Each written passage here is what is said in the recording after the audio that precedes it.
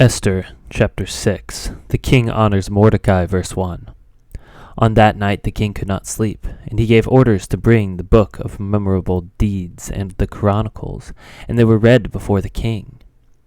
And it was found written how Mordecai had told about Bigthana and Teresh, two of the king's eunuchs, who guarded the threshold, and who had sought to lay hands on King Ahasuerus. And the king said, "What honor or distinction has been bestowed upon Mordecai for this?" The king's young men who attended him said, "Nothing has been done for him." And the king said, "Who is in the court?" Now Haman had just entered the outer court of the king's palace to speak to the king about having Mordecai hanged on the gallows that he had prepared for him. And the king's young men told him, "Haman is here, standing in the court." And the king said, "Let him come in." So Haman came in, and the king said to him, "What should be done to the man whom the king delights to honor?"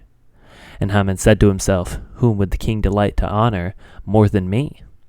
And Haman said to the king, "For the man whom the king delights to honor, let royal robes be brought, which the king has worn, and let the horse that the king has ridden, and on whose head a royal crown is set. And let the robes and the horse be handed over to one of the king's most noble officials. Let them dress the man whom the king delights in to honor, and let them lead him on the horse through the square of the city, proclaiming before him, 'Thus shall it be done to the man whom the king delights to honor.'" Then the king said to Haman, "Hurry, take the robes and the horse as you have said, and do so to Mordecai the Jew who sits at the king's gate. Leave out nothing that you have mentioned." So Haman took the robes and the horse, and he dressed Mordecai and led him through the square of the city, proclaiming before him, "Thus it be done to the man whom the king delights to honor."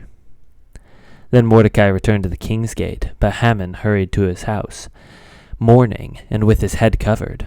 And Haman told his wife Zeresh and all his friends everything that had happened to him. Then his wise men and his wife Zeresh said to him, "If Mordecai, before whom you have begun to fall, is of the Jewish people, you will not overcome him, but surely fall before him." Esther reveals Haman's plot, verse 14. While they were yet talking with him, the king's eunuchs arrived and hurried to bring Haman to the feast that Esther had prepared.